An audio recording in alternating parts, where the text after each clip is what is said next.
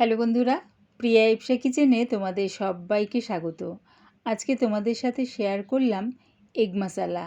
একবার হলো এটা বাড়িতে বানিয়ে খেয়ে দেখো, দারুণ খেতে লাগে। রেসিপিটা ভালো লাগলে প্লিজ আমার চ্যানেলটিকে লাইক ও শেয়ার করে দিও। তবে দেখে নাও আমি এটা কেমনভাবে তৈরি করি।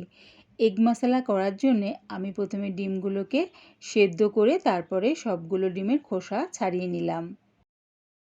গ্যাসটাকে হাই ফ্লেমে রেখে একটা কড়া বসিয়ে দিয়েছি, তার মধ্যে দিয়ে দিলাম বেশ খানিকটা সর্ষের তেল। তেলটা একটু গরম হয়ে গেলে দিয়ে দিলাম হাফ চামচ কাশ্মীরি লঙ্কার গুঁড়ো আর সামান্য একটু হলুদ গুঁড়ো। তেলের সাথে ভালো করে মিশিয়ে নিয়ে ডিমগুলো দিয়ে দিলাম। ডিমগুলো আমি হালকা করে ভেজে নামিয়ে নিচ্ছি। তোমরা যদি এর থেকে বেশি ভাজতে চাও ভেজে নামিয়ে নিতে পারো। ওই তেলের মধ্যে দিয়ে দিলাম দুটো বড় সাইজের পেঁয়াজ কুচি। এরই সাথে দিয়ে দিলাম আমি 4-5টা লবঙ্গ, 3টে ছোটো এলাচ আর দিলাম 2 টুকরো দারচিনি। সব কিছু এবারে একসাথে তেলের মধ্যে মিশিয়ে পেঁয়াজটা আমি লাল লাল করে ভেজে নেব। একবার হলো এই রকম পেঁয়াজের সাথে গরম মশলাটা দিয়ে রান্নাটা করে দেখো, দারুণ একটা স্মেল আসে।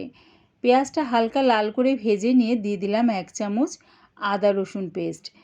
আদা রসুন পেস্টটার কাঁচা গন্ধ যাওয়া পর্যন্ত পেঁয়াজের সাথে একটু কষিয়ে নিলাম।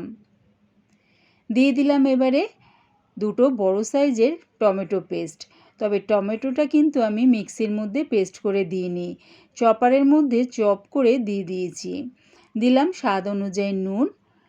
একটা বাটির মধ্যে 3 চামচের মতন টক দই নিয়ে নিয়েছি, তার মধ্যে দিয়ে দিলাম হলুদ গুঁড়ো, জিরের গুঁড়ো, ধনের গুঁড়ো আর দিলাম ঝাল লঙ্কার গুঁড়ো। সব কিছু এবারে টক দইয়ের সাথে ভালো করে মিশিয়ে রেখে দিলাম। এদিকে দেখো মশলাটাও কিন্তু খুব সুন্দর করে কষানো হয়ে গেছে, তেলটাও ছেড়ে দিয়েছে। টক দইয়ের মিশ্রণটা দিয়ে দিলাম হাফ চামচের মতন চিনি। যে বাটির মধ্যে আমি টক দইটা মিশিয়েছিলাম সেই বাটির মধ্যে একটু জল দিয়ে বাটির ধোয়া জলটা দিয়ে দিলাম হাফ চামচ গরম মশলা গুঁড়ো। ভালো করে 5 থেকে 7 মিনিটের মতন গ্যাসটাকে মিডিয়ামে রেখে মশলাটাকে কষিয়ে নিলাম। এবারে দিয়ে দিলাম হাফ কাপের মতন জল। জলটা দিয়ে গ্রেভির সাথে মিশিয়ে নিয়ে দিয়ে দিলাম ডিমগুলো আর দিলাম ধনেপাতা কুচি। ভালো করে মিশিয়ে নিয়ে গ্যাসটাকে লোতে রেখে চাপা দিয়ে এটা ফুটতে দিলাম। চাপা দিয়ে এটা 1 মিনিটের মতন ফুটিয়ে নিয়েছি। রেডি হয়ে গেছে এগ মশালা। একবার এই এগ মশালা আমার মতন করে বাড়িতে বানিয়ে খেয়ে দেখো, দারুণ খেতে লাগে। রুটি পরোটার সাথে তো ভীষণই ভালো লাগে। আমার এই পুরো ভিডিওটা দেখার জন্যে প্রিয়া ইপসা কিচেনের থেকে তোমাদের সবাইকে অনেক ভালোবাসা রইল। রেসিপিটা ভালো লাগলে প্লিজ আমার চ্যানেলটিকে সাবস্ক্রাইব করে দিও।